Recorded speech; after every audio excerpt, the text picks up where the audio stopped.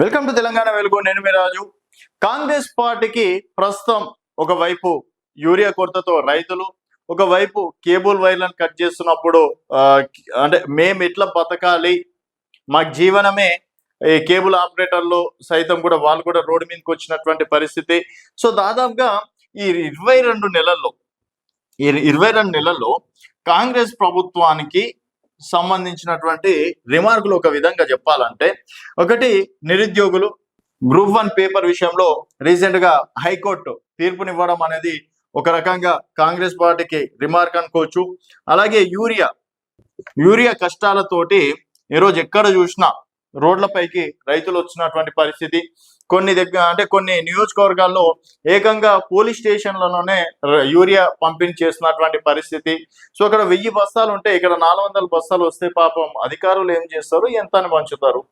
ఇక్కడ కూడా కాంగ్రెస్ పార్టీదే తప్పు. సరే, కేంద్రం నుంచి యూరియా రాలేదో, సరిపడంత యూరియా తీసుకురాలేరు అన్నది పక్కన పెడితే, కేంద్రం నుంచి ఫైట్ చేసి యూరియా తీసుకొచ్చేటువంటి బాధ్యత రాష్ట్ర ప్రభుత్వం పైన ఉంది కాబట్టి సో డెఫినెట్ గా రాష్ట్ర ప్రభుత్వాన్ని అంటారు.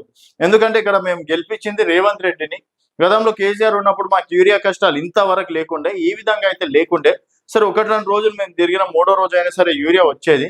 మరి ఈ రోజు 10 రోజుల నుంచి చూస్తున్నా కూడా యూరియా కష్టాలు ఈ విధంగా ఉన్నాయని చెప్పేసి, యూరియా కష్టాలతోటి ఒక విధంగా కూడా కాంగ్రెస్ పార్టీకి మైనస్ గా అని చెప్పేసి కూడా చెప్పుకోవచ్చు. తర్వాత ఇప్పుడు కేబుల్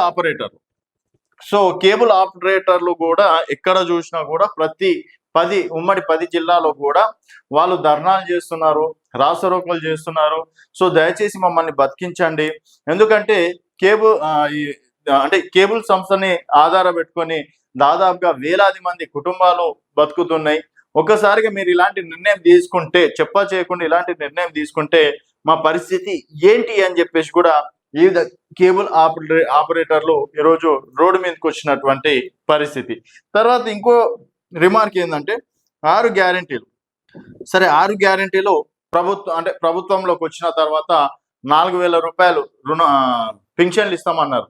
4000 రూపాయలు ఏకంగా ఇక్కడ రాహుల్ గాంధీ తోటి ఖమ్మంలో జరిగినటువంటి సభలోనే అనౌన్స్మెంట్ చేపించడం అనేది జరిగింది. తర్వాత సోనియా గాంధీ తోటి అనౌన్స్మెంట్ చేయడం అనేది జరిగింది. సో ఆ 4000 రూపాయలు పింఛన్లు ఎక్కడ పోయినాయి?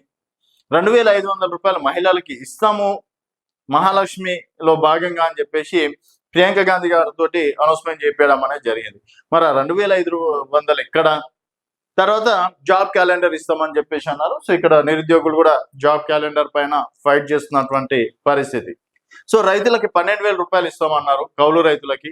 ఆ 12,000 రూపాయలు రాలేదు. సరే, 15,000 రూపాయలు రైతు భరోసా ఇస్తా అన్నారు, 12,000 రూపాయలు ఇస్తున్నారు.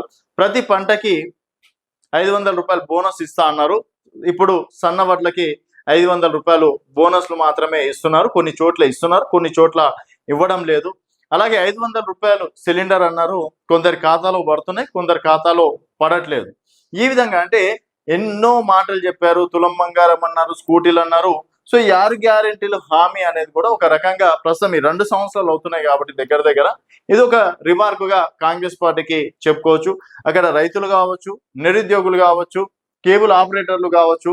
సో ఎవరైతే ఇప్పుడు వృద్ధులు ఉంటారో వాళ్ళు కూడా 4000 రూపాయలు ఇస్తా అన్నారు కదా. సో డెఫినెట్ గా ఇందిరమ్మ రాజ్యంలో మనకు కూడా అంతో ఇంతో బెనిఫిట్ ఉంటది కదా అని చెప్పేసి అనుకున్నారు. సో అవి కాకపోయేసరికి వాళ్ళు కూడా కొంతవరకు కోపంగానే ఉన్నారని చెప్పేసి కూడా చెప్పుకోవచ్చు. మరి సరే, ప్రభుత్వం కొత్త ఏర్పడ్డది, అన్ని వ్యవస్థలు చూసుకోవాలి, ఇంకా టైం పడుతుంది అంటే 1.5 వరకు సరిపోతుంది. సరే, ఇంకొక 6 నెలలు మనకి ఎంపీ ఎన్నికలు వచ్చినాయి కాబట్టి 6 నెలలు తీసేద్దాం.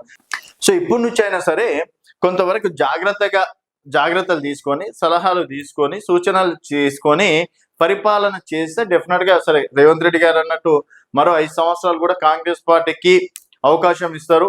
లేదు, ఇలాంటి పొరపాట్లు చేసుకుంటూ వస్తే మాత్రం డెఫినెట్ గా 5 సంవత్సరాలు మాత్రమే కాంగ్రెస్ పార్టీ ఉంటుందని చెప్పేసి కూడా చెప్పుకోవచ్చు. చూడాలి మరి ఇప్పటి నుంచి పాలన ఏ విధంగా ఉంటుంది అనేది వేచి చూడాల్సిన విషయం. ఇవి కాస్త ఇంకేమైనా ఉన్నాయా అనేది మీ అభిప్రాయాల కింద కామెంట్ రూపంలో తెలియజేయండి. చూస్తూనే ఉండండి తెలంగాణ వెలుగు.